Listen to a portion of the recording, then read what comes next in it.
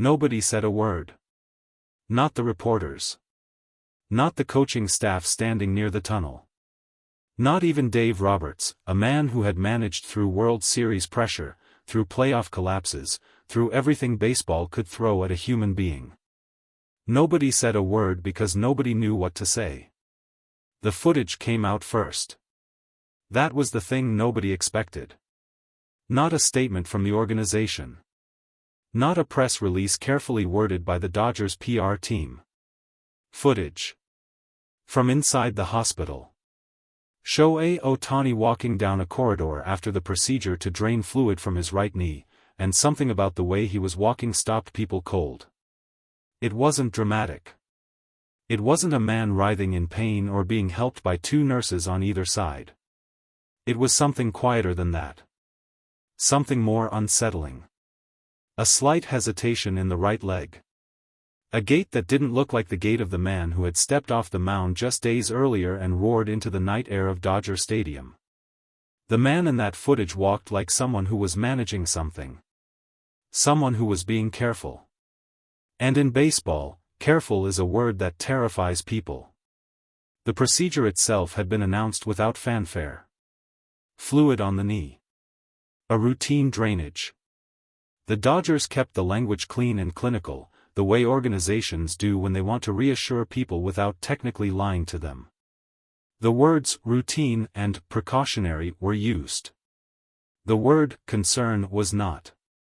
But then the footage came out. And concern became the only word anyone was using. The clip spread within minutes. By the time most people on the West Coast sat down for dinner, it had already been seen by hundreds of thousands. Broadcasters were pausing their segments to address it. Former players were being called for comment. The comment sections of every major sports platform looked like a vigil. This was not how the Dodgers had planned for this story to go. Dave Roberts walked into the press room and the atmosphere was different from usual. There was a weight in it. The kind of weight that settles into a room when something has shifted and everyone present can feel it, but nobody wants to be the first one to say so out loud. A reporter asked him directly about the footage. Roberts took a breath. He didn't deflect immediately. That was the thing people noticed. He didn't go to the standard line about day-to-day evaluations and keeping things internal. He paused. He looked at the table for just a moment. And then he said something that landed like a stone in still water. He's reached his limit. The room didn't erupt. It went quieter. Because those 4 words, spoken in that tone, by that man, meant something that 1,000 statistical analyses couldn't fully capture. Dave Roberts is not a man who uses language carelessly.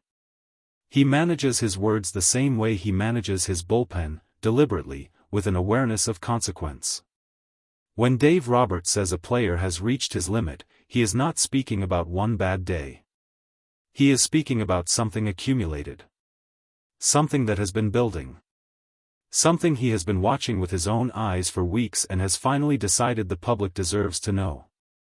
To understand why this matters, you have to understand what Shohei Ohtani has been doing to his body this season. The two-way experiment, if you can still call it an experiment at this point, has never been attempted at this level of sustained intensity. Other players have tried to hit and pitch in the same era. None of them have done it while carrying the weight of a franchise, while performing at the statistical level of a man who might be the best player in the history of the sport, while doing it night after night in the relentless grind of a 162-game season. The right knee had been a quiet story for weeks before the procedure. Those who watched closely enough had noticed small things. A slightly longer warm-up routine. Moments on the base paths where the burst of acceleration that defines Ohtani's athleticism arrived a fraction of a second later than expected. Nothing you could point to definitively.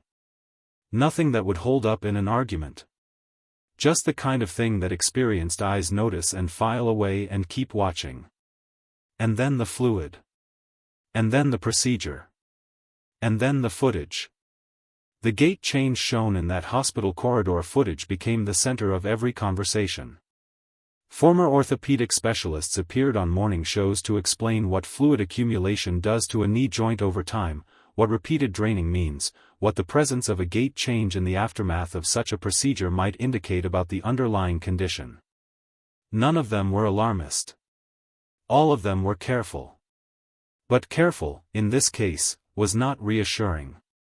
One thing became clear from every conversation, every medical opinion, every quiet background briefing from people with access to the situation. The question was no longer whether Shohei Ohtani was managing pain. The question was what that management was costing him.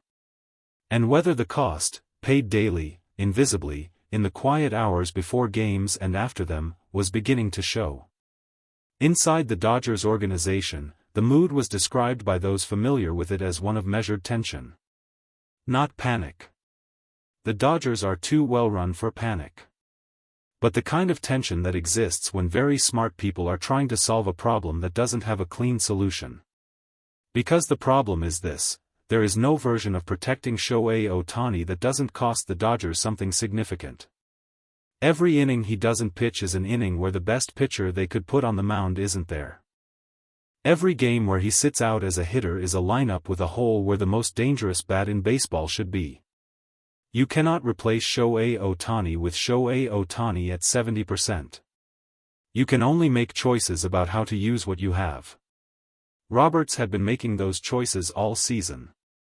The 5-inning appearances instead of 6. The extra days of rest embedded into the schedule with the quiet cooperation of the front office. The conversations that happened behind closed doors and never made it into press briefings. All of it had been management. All of it had been buying time. The question now, after the footage and after those 4 words, was whether the time had run out. Inside the hospital corridor, Ohtani himself was composed. That part, at least, was not in question. The footage showed him walking. Moving under his own power. Acknowledging the people around him with the quiet, controlled effect that has defined his public presence since the day he arrived in the major leagues. He did not look like a man in crisis. He looked like a man who was doing what he always does, absorbing difficulty without showing it.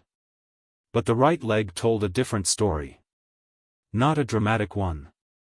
Just a true one. In the hours after the footage circulated, a reporter reached someone close to the situation who asked not to be identified. The words they used were not alarming. But they were not reassuring either. There are things you push through, and there are things you manage. Right now, the conversation is about how to manage this without making it worse. That distinction, between pushing through and managing, is one that matters enormously in the context of what lies ahead. The Dodgers are built for October. Everything the organization has constructed, every decision made in the front office, every dollar spent, every trade deadline move, every quiet conversation about workload and pitch counts and rest days, all of it points toward the postseason. And in October, Shohei Ohtani is not a luxury. He is the plan. Which is why Roberts' words carry the weight they do. When a manager who has spent months carefully calibrating the most valuable player in baseball finally acknowledges out loud that a limit has been reached, he is not just describing a medical situation. He is describing a recalibration. A reassessment of what is possible. A moment where the plan that was built to carry this team all the way to the end is being quietly, carefully, painfully revised. There is a version of this story where the drainage procedure solves the immediate problem, where the gait change in the footage is a temporary artifact of a body that just had fluid removed from a joint and not a signal of something more structural, where Shohei Ohtani returns to the mound in a few weeks and the moment passes and everyone exhales. That version of the story is possible. Medicine is not a fixed narrative. Bodies surprise people. Ohtani, more than perhaps any athlete alive, has a history of exceeding the expectations that reasonable observers place on him. But the other version of the story is also sitting there. Quiet and patient. The version where what was seen in that hospital corridor footage is not a momentary artifact but a glimpse of something real. Where, he's reached his limit, means exactly what it sounds like. And that is the version nobody in that press room, nobody in Dodger Blue anywhere, wants to sit with. The cameras caught Ohtani one more time before he left the building. He was at the exit. He paused for just a moment, the way people do when they move from an interior space to the outside air. His expression gave away nothing. His right leg took the step. Everyone who watched that footage watched that step. Nobody said a word. That's the story as it stands tonight. The procedure is complete. The footage is real. The gait has changed. And Dave Roberts has said out loud what careful watchers had been whispering for weeks.